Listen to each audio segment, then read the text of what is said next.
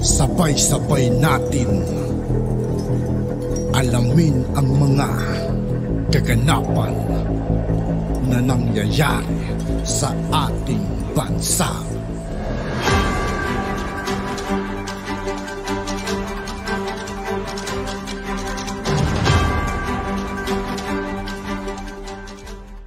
Yo, what's up mga kaibigan? This is I2K po again. Ngayon nandito ulit tayo sa channel ni News PH. Dito ulit tayo magbibigay ng komento at reaksyon. Kaya samahan nyo ako guys. Let's go! Siguro panahon na, no? Kasi binababoy na ng katulad ni Risa Hontiveros. Harap-harapan ng ginagago tayong mga Pilipino, no? Ito pong mga Senate hearing. Ngayon, gustong isalang yung dating presidente ng Pilipinas. Dahil sa walang sa imagination niya. Actually, hindi naman siya nag-imagine yan. May nag-imagine yan. Sinakyan nila. Yung pagsakay nila sa non-verified. No? Wala po silang verification, walang resibo, ika nga. Pero very willing silang imbestigahan sa Senado just for the purpose na ipahiya ang dating presidente. Hindi ba sapat na lahat ng nangyayari? Araw-araw may bastusan na nagaganap sa Senado? Hindi ba it's about time naman na isa-isahin naman natin, tayo naman maningil? Ano nangyari na sa mga kasi Senate hearing nyo? Yung mga tao naman na maningil, no? Palaganapin natin na yan bang Senate hearing may naitutulong talaga? Ang Senate hearing po, tandaan ninyo, in aid of legislation. Meron na po ba kayong naisalang na mga panukalang batas sa mga hiniring nyo? Or in aid of grandstanding? In aid of election, in aid of grandstanding ang ginagawa ninyo? Magkaiba po yun. Yan po kaya po noong araw ang Senate hearing nakakatamad. Kasi talagang nagse-Senate hearing sila dahil may gagawin silang batas. Yun po yun. Nakakatamad pong yung batas eh. Kaya po masaya yung mga Senate hearing ngayon. Mayat-maya may nagduduruan, mayat-maya may inaakusahan na may sinisigawan, no? Merong mga parang telenovela yung mga Senate hearing ngayon. Pero ang tanong, noon kasi may nagagawa yung Senate hearing ng mga batas. O kaya merong napapakulong na kriminal. Ngayon ba? Meron pa po ba? Katakot-takot, eto nakakagalit, no? Ang basihan po ni Risa Hontiveros ay wala siyang basihan. Walang agreement sa pagitan ni Xi Jinping at saka ni Pangulong Duterte. Kung meron man, ulit-ulitin natin, kung meron man, pinawalang bisa na yan ni Pangulong Marcos. So ano yung iimbestigahan ni ano? Kasi may treason daw na naganap. Ano iimbestigahan ni Risa Hontiveros? Ang iimbestigahan po ni Risa Hontiveros ay walang kasunduan, no? Wala pong kasunduan eh. Mag-iimbestiga pa rin siya at wala pong paglabag. Ulitin ko na naman po to kahit ilang beses na natin nasabi. Ang treason po, pwede lang yang makomit ng isang tao kung tayo ay under war.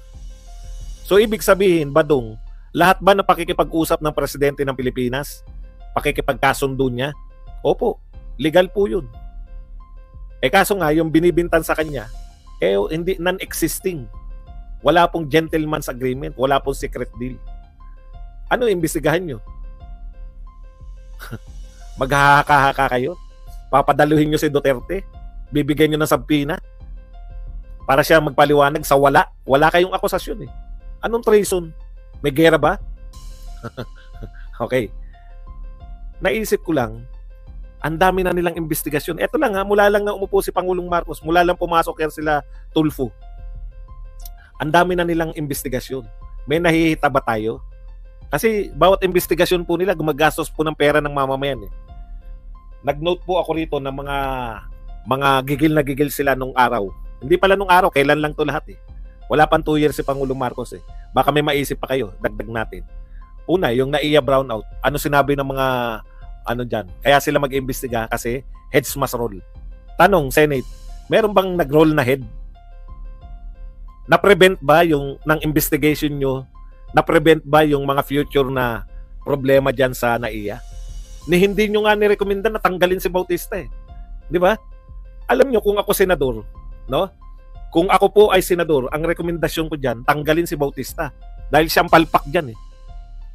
O di sana, kada magba-brown out, pwede nyo sabihin sa Senado, pinatatanggal na, nirekomenda na kasi namin sa Pangulo yan na tanggalin eh. Walang ginawang aksyon. Wala rin naman kayong rekomendasyon. Ano rekomendasyon nyo? Ang init po niyan nun. Tandang-tanda ko yan. Singilin natin si PBBM sa mga sinira niyang pangako. Hindi nakakapanghinayang kasi kung nag-continue lang sana, ang taas na natin. Yung mga sinabi ko po sa inyo, naganap po yan. Okay. Una yan, naiya. Ikalawa, natatandaan nyo yung DepEd, PTA? O may batas na ba si Tulfo na ipinagbabawal yung PTA? Ibig sabihin, gigil na gigil pa kayo na may sandamakmak na reklamo ka pa laban sa mga PTA contributions. Meron na bang batas si Tulfo na pinagbawal na niya yung kontribusyon? Okay. Yung pinagbintangan na corrupt si Galvez, ano na, kumusta na yun? Mahirap po yun. Pagbibintangan mo yung dating general na corrupt, marami pong ano yan. O ano pa? Si Senyor Aguila. Ano po nagawa niyong batas kay Senyor Aguila? Ano na nangyari ron kay Senyor Aguila? Patok na patok yun, di ba? Kasi pag viral, lahat ng ano, iniimbestigahan nila. Yan nga si, may nag-viral na baklang gustong umihi sa babae. Nag-Senate investigation si Ontiveros eh. Oh. Ano na nangyari nga pala kay Senyor Aguila? Nung panahon po na viral yan, nakisausaw din ng Senate. Ano na po nangyari dyan? Hindi na rin natin alam. Hindi, wala rin po yung silbihan death penalty na yan eh. Pag ganito po ang uri ng mga senador. Okay, kay Kibuloy. Wanted na si Kibuloy. May warrant of arrest na. Ano po nangyari sa investigasyon ni Risa Ontiveros para kay Kibuloy? Yun, wag po kayo magkamali no? Yun po korte po, hindi po yun. Hindi po yun si Risa Ontiveros. Kahit po manahimik ngayon at hindi dumaldal si Risa Ontiveros, may korte po yung nag-utos na hulihin si Kibuloy. So para saan lang po? Nakakulong ba nakakulong si Senyor Aguila ngayon? O at least alam ko na nakakulong. Thank you very much, Civil Liberty. Hindi ko po yan, talagang curious ako, hindi ko alam kung ano na nangyari. Kung siya ay nakakulong ngayon, di mabuti. O di sa mga nabanggit natin, meron pa lang isa. O ano pa? Ano po yung silbi pa ng ginawa ni Hontiveros? Meron na nag-issue na yung korte at yung korte na po. Para saan yung kay Hontiveros? Pwede bang wala na yung kay Hontiveros? Bakit itutuloy pa rin? Di ba? Ito pa isa, pinaka-latest. PCSO, ang dami po nagalit sa PCSO. Nung viral po yan dahil milyonaryo, ang dami sinusuri, ang dami po nagsuri, ang daming tumatama. Sabi nga ni Senator Amy, ano tayo? Pwede tayong pang-Guinness. Pinakamaraming tumatama sa loto natin. Ano na po nangyari sa loto? May narekomenda po bang tanggalin man lang sa loto? May rekomenda po ba kayo na ano po nangyari sa loto? Wala lang. Ito pa nga po pala yung latest. Yung mga basta nag-viral iimbestigahan nila Yan pong Chocolate Hills. Ano po mangyari diyan? Papabuwag ba? Kasi by the looks of it, nagsisihan lang Dapat po imbestiga kayo ng imbestiga. Kung wala rin po pala mahita dyan, abangan po namin yan Ano po mangyari sa loto? Ano po mangyari dyan sa Chocolate Hills? Hindi po namin tinatantanan May batas po ba tayo nagawa para kay Kibuloy? Bakit po natin sila sinasalang?